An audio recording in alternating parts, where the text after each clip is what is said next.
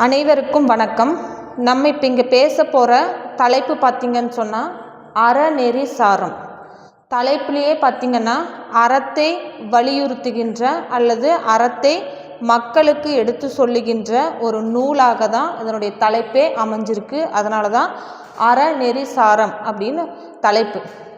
சரி, இந்த அறநெறி சாரம் அப்படிங்கிறது பார்த்திங்கன்னு சொன்னால் முழுக்க அறத்தை மட்டுமே வலியுறுத்துகின்ற ஒரு நூல். ஆசிரியர் பார்த்திங்கன்னு சொன்னால் முனைப்பாடியார்.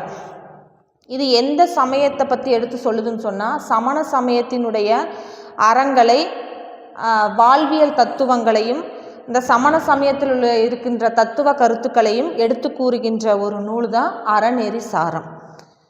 இது பார்த்திங்கன்னு சொன்னால் இதனை கற்றவர்கள், இந்த அறநெறி சாரம் அப்படிங்கிற அந்த நூலை கற்றறிந்த சான்றோர்கள் அதன் வழி நின்று மக்களுக்கு நல்லதை எடுத்து கூறுகின்ற ஒரு உன்னதமான நூலாக, அதாவது நம்ம படிக்கிறோம் அப்படின்னு சொன்னால் அந்த படித்த கருத்துக்கள் நமக்கு மட்டும் கிடையாது, மற்றவர்களுக்கும் பயன்படக்கூடிய வகையில் இந்த நூல் அமைந்திருக்கிறது. படித்தவர்களும் இந்த நூலை பற்றின செய்திகளை மக்களுக்கு எடுத்து மக்களை நல்வழிப்படுத்துகின்ற ஒரு சிறந்த நூலாக இந்த அறநெறி சாரம் அமைந்திருக்கிறது. இதில் ஒரு முதல் பாடல் பார்த்திங்கன்னு சொன்னால் எப்படி அறத்தை எடுத்து சொல்லுவது, முதல் அறத்தை கற்றுக்கொள்பவன் எப்படி இருக்கணும் அப்படின்னு சொன்னால் அறம் கேட்டரில் புரிந்தமை ஐம்புலன்கள் மாட்டும் இரங்கா திருஞ்சார் பொருளும் துறந்தடக்கி மண்ணுயிர்க்கு ஈத்தோம் வாயில் உரைப்பானேல் பண்ணுதற்கு அப்பாற்பட்டவன்.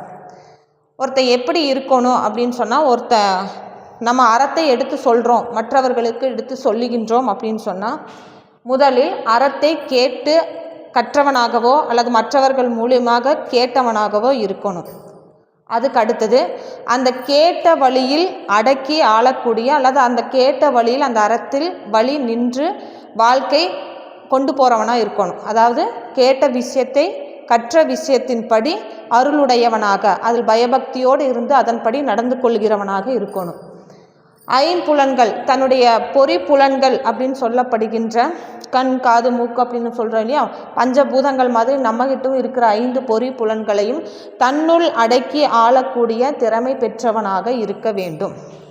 அது மட்டும் கிடையாது, இரங்கா திருச்சார் பொருளும் அகப்புற பற்றுக்கள். சரியா, நம்ம ஒரு பொருளை கண்ணில் பார்க்குறோன்னு சொன்னால் பார்த்த பொருள் மேலையெல்லாம் நமக்கு ஆசை வரக்கூடாது.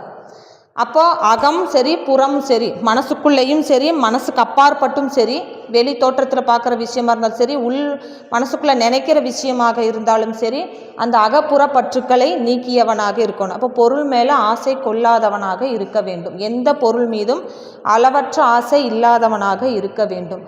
துறந்தடக்கி எல்லா விஷயத்தையுமே தன்னுள் அடக்கி ஆளக்கூடிய, அதாவது இதெல்லாம் தனக்கு வேண்டாம் அப்படின்னு சொல்லி ஒரு துறவி குடும்பம் உறவுகள் சொந்தம் பந்தம் மனைவி மக்கள் இவங்க எல்லாத்தையும் விட்டு துறந்து வாழ்கிறவனுக்கு எந்த ஆசையும் இருக்காது, அவனுக்கு எந்த ஆசாபாசமும் இருக்காது. அது மாதிரி இந்த அறநெறியை அதாவது ஒருத்தருக்கு நம்ம நல்ல விஷயத்தை எடுத்து சொல்லி புரிய வைக்கிறோம், அறத்தை எடுத்து சொல்கிறவனுடைய இயல்பை தான் இப்போ நம்ம பார்த்துட்ருக்கோம். அப்போ அப்படி இருக்கிறவனுக்கு எப்படி இருக்குன்னா முற்றும் துறந்த துறவி மாதிரி எது மேலேயும் அவனுக்கு ஆசையே வரக்கூடாது. அகப்புற பற்றுக்களை நீக்கியவனாகவும் இருக்க வேண்டும். ஒரு முற்றும் துறந்த ஒரு துறவி கோலத்தில் தான் அவனுடைய மனம் இருக்க வேண்டும். மண்ணுயிருக்கு உயித்தோம், நம்ம வாழ்கிற வாழ்க்கையை யாருக்குன்னு சொன்னால் இந்த உலகத்தில் நம்ம எப்படி நல்லா இருக்கோமோ அது மாதிரி மண் உலகத்தில் வாழுகின்ற ஓரறிவில் இருந்து 6 அறிவு இருக்கிற அத்தனை ஜீவ ராசிகளையும் ஒரே மாதிரி நினைக்கக்கூடியவனாக இருக்க வேண்டும். அப்போ எல்லாருக்குமே என்னது, நல்லது செய்யக்கூடிய திறன் படைத்தவனாக இருக்க வேண்டும். அது மட்டும் கிடையாது, தான் கற்ற விஷயத்தை தான் கற்ற விஷயத்தை மற்றவர்களுக்கு எடுத்து சொல்லக்கூடிய, அவங்களுக்கு புரிய வைக்கக்கூடிய அளவுக்கு திறன் உடையவனாக இருக்க வேண்டும். நான் மட்டும் படித்தேன், நான் மட்டும் அதன் பயனை அடைஞ்சிக்கிட்டேன் அப்படிங்கிற மாதிரி இருக்கக்கூடாது. மண்ணுயிர் உலகத்தில் இருக்கிற அத்தனை ஜீவராசிக்கும் பயன்படுற மாதிரி தான் கற்ற விஷயத்தை எடுத்து சொல்லி அவர்களையும் வழிநடத்தக்கூடியவனாக இருக்க வேண்டும்.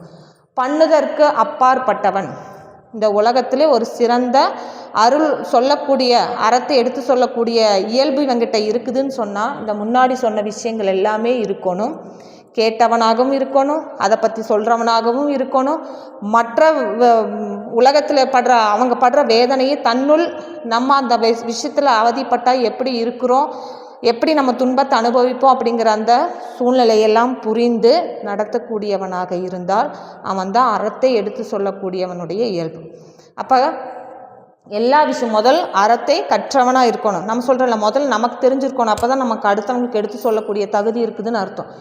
தன்னுடைய 5 பொருள்புலன்களை அடக்கி ஆள்றவனாக இருக்கணும். அகப்புற பற்றுக்களை நீக்கியவனாக இருக்கணும். ஒரு மாதிரி வாழ்க்கையில் எந்த ஒரு விஷயத்துக்கும் ஆசைப்படவே கூடாது. மண்ணுயிர் வாழுகின்ற எல்லா உயிர்களையும் தன்னுயிராக நேசிக்கக்கூடிய திறன் இருக்கணும். அது மட்டும் கிடையாது, தான் கற்ற ஒரு விஷயத்தை, அனுபவத்தை, அறிவை மற்றவர்களுக்கு பயன்படக்கூடிய அளவுக்கு இருந்தால் அவன்தான் உலகத்திலேயே சிறந்தவன்.